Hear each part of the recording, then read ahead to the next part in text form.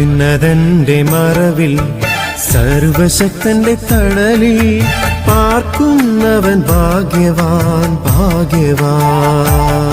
എന്റെ സങ്കേതവും കോട്ടയും ഞാൻ ആശ്രയിക്കും ദൈവവും നീ മാത്രമെന്നു കർത്താവോടേറ്റു ചൊല്ലിടും അവനേറ്റു ചൊല്ലിടും. ഭീകരത നിറഞ്ഞ രാത്രിയും പകൽ പറക്കും അസ്ത്രത്തെയും